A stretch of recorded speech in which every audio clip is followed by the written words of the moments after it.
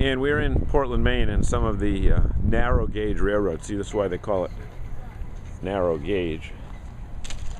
It's only about 2 feet apart. Some of their cars are moved away from their normal area, probably for the winter. But let's show you what they got here. Looks pretty cool. There's one of the cars there, and pretty ornate stuffed furniture down here. See what there is down here. And it says Polar Express. I don't know what's inside there. Now let's see. Let's see if we can see what's in here. Oh. Like a little, it's got a wheelchair, access ramp, and generator, chair, and PA system.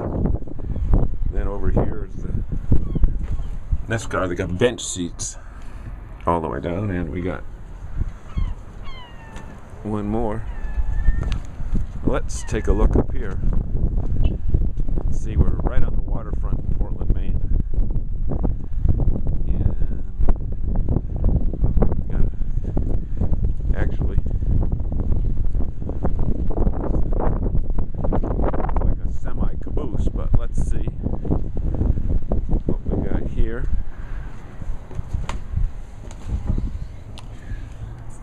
And let's go down the other end, see what's down there.